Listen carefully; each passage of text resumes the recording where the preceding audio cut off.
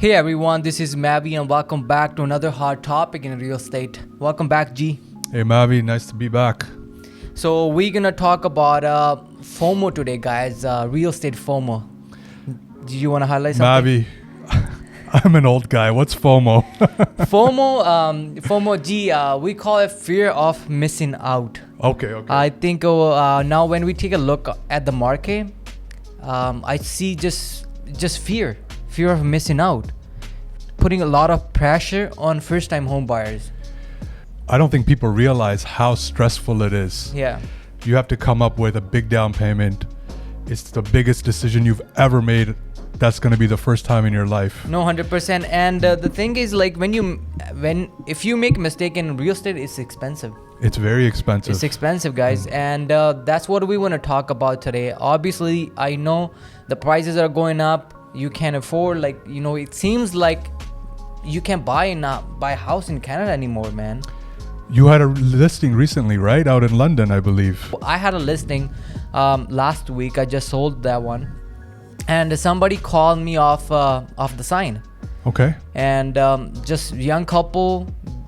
He called me actually 15 times during this whole week showings and I think I know who it was because I was in the room with you on offer date. Yeah, so actually the thing is, like, I really kind of built up a really good connection with the couple, right? And when they called me, I was like, okay guys, like, he's like, Paji, we really like the house, like we want to buy this house. Like, my wife and I just loved everything, the layout, everything about this house, and we really want to buy this house. I was like, okay. And actually, they were not. When I was talking to them, I kind of realized that I know the market is hot. Like, this house is probably gonna go up, like, for a lot more money. That actually it did. Can I sorry to interrupt you, Mavi, just to give context to people who are watching. What price point are we talking about here? Under $1 million, over $1 million?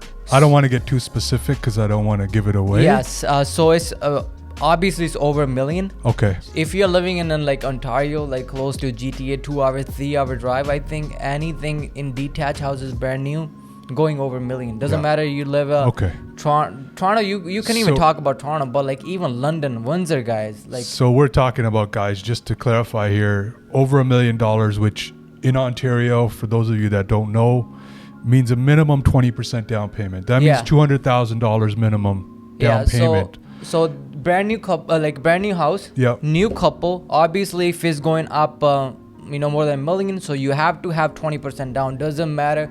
It's your first property, second property, third property, right? If it's over $1 million, you need like 20% down. And then when they were talking to me, I told them, guys, this is gonna go over $1 million. Even over asking price. Yeah. That was like for sure. And then it did.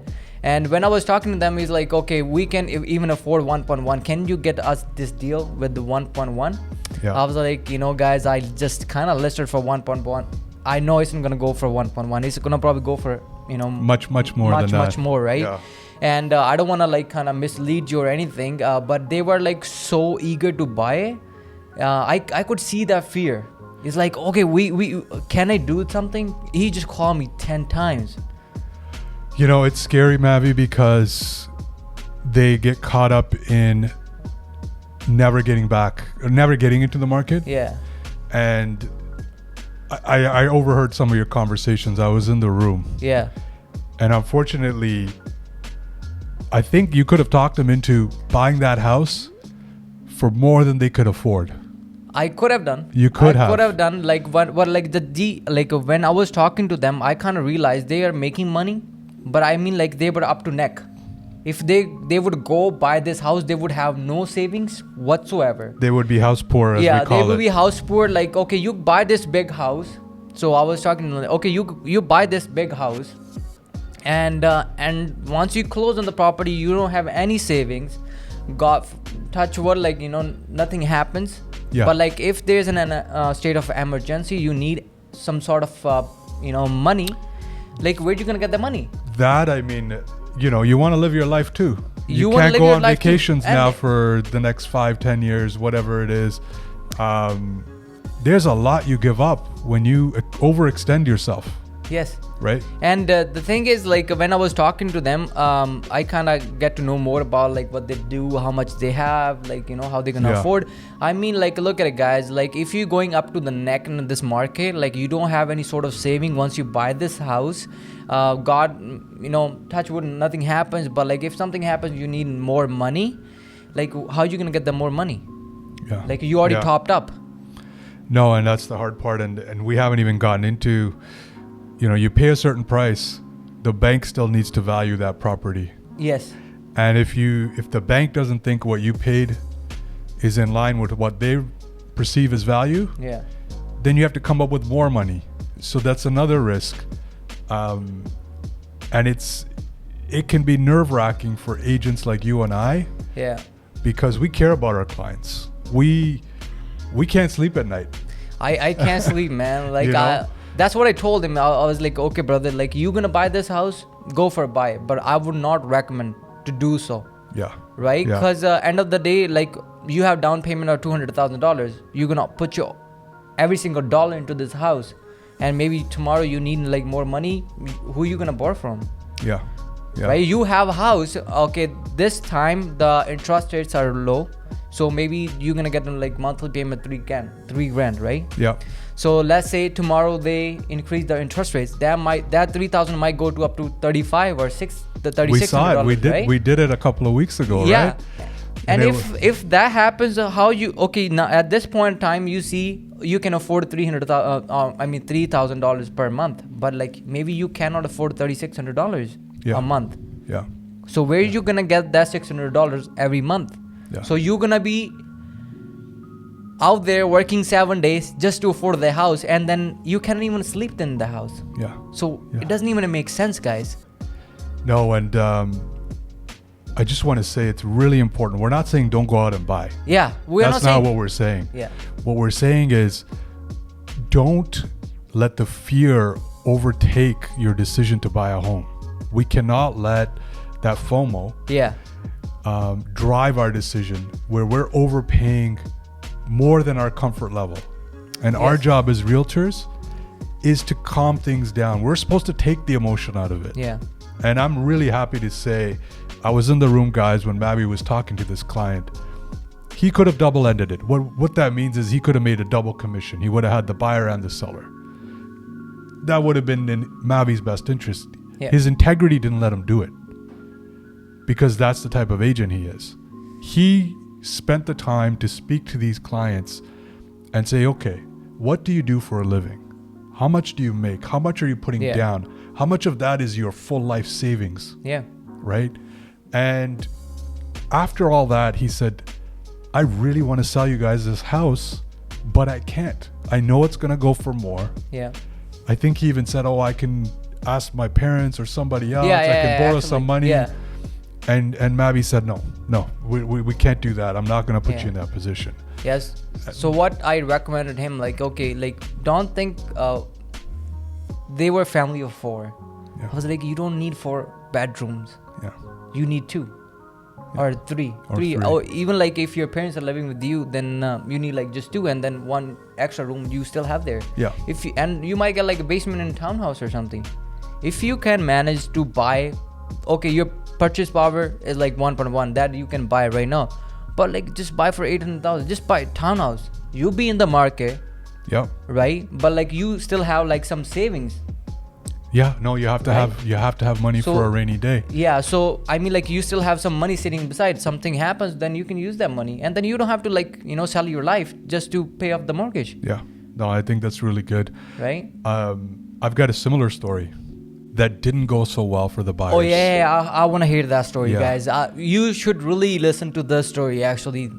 So, guys, this is what can go wrong when you let FOMO take over. Yeah. Okay. These weren't even my clients, Mavi. They were family friends of a good friend of mine. Mm-hmm. They went to another realtor in the family for initial buyer consultation. Mm-hmm. They're new to the country, about a year and a half in Canada. Really nice young couple, hardworking. They had good, decent jobs working at a warehouse facility, and they went and met with their family realtor. Mm-hmm. who advised them at the time correctly, I'm sorry guys, we need a little bit more credit history. Yeah. You're new to the country. Yeah. The market is hot. You know, to get something really worthwhile, I think we should wait a little bit. Yeah. And they went away. Obviously, they were disappointed with that conversation because they really wanted to own their own home. Yeah. Right? They were at a party. And I'm paraphrasing, guys, because this is all secondhand. This is what I've heard. So they were at a party. They met another realtor, right? Everybody knows more than one realtor. Yeah, exactly. And this realtor said, hey, I've got mortgage brokers. I've got lenders. I can get you approved for more money. Come work with me. And this young couple was so desperate to have a home. They said, you know what? We're going to go out with this realtor and see what happens. For those of you who don't remember, the summer was still a very hot market. Everything was still multiple offers. Everything was firm. It's almost like a year and a half. It's been crazy. And so they bid on a townhome. I'm not going to say where. Firm offer, which means they did not have any due diligence clauses for their financing, which we already know from previous to the story that they probably wouldn't have been able to afford it. Yeah. But they had a false promise from an agent, right? They didn't have the opportunity for a home inspection. As first-time buyers, that's probably one of the things that I really want my clients to understand. When you're buying a home, it's not just you get a key to the house. Yeah. You got to worry about plumbing. You got to worry about electrical. You got to worry about, is there enough insulation in your attic? There's so many things. And if you're not educated properly, that can add up. Yeah. And guys, like these plumbings, roof, any sort of maintenance is expensive. It's expensive. You'll be looking around like a few $1,000s. And it can happen at any time. So again, anytime, you know, when you put all your life savings into that home, like your clients that you spoke to, and something like that happens, exactly, then what do you do, right? So that was two things. And then, you know, they made a firm offer. They won. They were on top of the world. They were like, this is fantastic, our first home. They went to the lender. They got denied. And that is the same lender. Did they tell you like they spoke to the mortgage broker like beforehand? They spoke to a mortgage broker beforehand. Before putting their offer, right? Before they put it in, and they didn't listen to that mortgage broker's advice. They leaned on their agent, their real estate agent, right? And that's where they made a mistake. But mind you, the real estate agent said, I can get you approved. So then they went to that real estate agent's a mortgage broker or trusted lender. Unfortunately, they couldn't get approved. They went to a B lender, which is a higher interest rate. Yeah. And a bunch of other fees involved. Yep. They also got denied there. Now they put down what to this point was their life savings as a deposit on this house. It doesn't matter like if it was 20 grand or like 30 grand or 50 grand. But I mean, guys, like it's your money. It's your hard earned money. Right? Like the one you make for deposit. Like if for God's sake, like you can't close on the property, that money is online. You're gonna lose that money, and plus nobody else is gonna tell you, and they can sue you if you cannot close on the property. So unfortunately, it's not a happy ending, guys, on this one. When they approached me, they asked, because we've got a large team here, we've got over 200 agents in our office, we thought maybe we might be able to find a buyer for that house to take that contract. So they wouldn't be on the hook and be in this worst case scenario. We tried. You know, we had a couple of our agents take some clients through. Unfortunately, it didn't work out. We then I tried to help out. I had no business to do so, just other than it was my friend's family.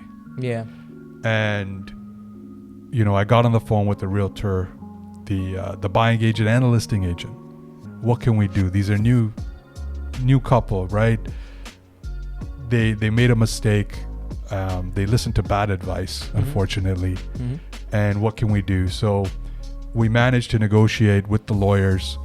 They would unfortunately lose their deposit, but they wouldn't have any other damages. Right. So it was a lot of money, guys. For them, it was more than half of one of their salaries for the year that they lost. And now they're behind the eight ball. Now Now, instead of having waited and getting into the market now, they have to save all that money again. Yeah. So now they're 2-3 years out. And, you know, I felt horrible. I had a couple of sleepless nights. I was really trying to help them out here. Yeah. And what really, really made me angry was the agent that helped them out stopped taking the phone call. Right?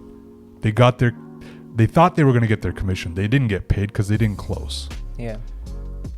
But they didn't want to go that extra mile after and try and save that deal or save these people. And G, let me ask you, like when they were denied, was it like close to closing date? So they had I believe it was a 60 to 80 day close when they initially put in the offer. Yeah. They went for financing the next day after they dropped off their deposit. They went to talk to the lender. They got denied. They went to 4 different mortgage brokers. We negotiated a 2-week extension to see if we could get somebody else to potentially buy that home in the meantime. It didn't work out. And at the end of it, so out of 90 days of trying to find the money somewhere, we couldn't make it happen. And unfortunately, they lost their deposit. You know, it was, what really makes me angry is it was avoidable. Yeah, they could have avoided. Now, like at the same time, they lost the money, but now they have to go out there work twice as hard to save up some money. Yeah, and then and now in a market that's even more crazy. So, and I don't know, like then it's hard for any client or like even first-time home buyers to trust anybody else. It is, you know. I will say this: I had nothing to gain here. I got a very nice phone call from the couple after everything had settled down about a month later, and they're on my friends list now. Yeah. Right. And the gentleman said to me, "Gee, next time I buy, I'm coming to you." He's like, "Anybody I know who's buying, I'm sending to you." And I said, "I really appreciate that." He said, "No, you don't understand." He goes, "You took time to educate us more than anybody before this entire process. Not only that, you went above and beyond to try and help us when you had nothing to gain." Yeah. I wasn't going to make a commission out of it. Yeah. So, guys, that's my nature. That's Mavi's nature. We're here to help you guys. Whether you're agents and you need coaching or education on a situation. Sometimes I get angry too when you hear those stories. Like it's just one of the stories, but we have a lot of stories to tell. But I mean, like we don't want to scare you at the same time.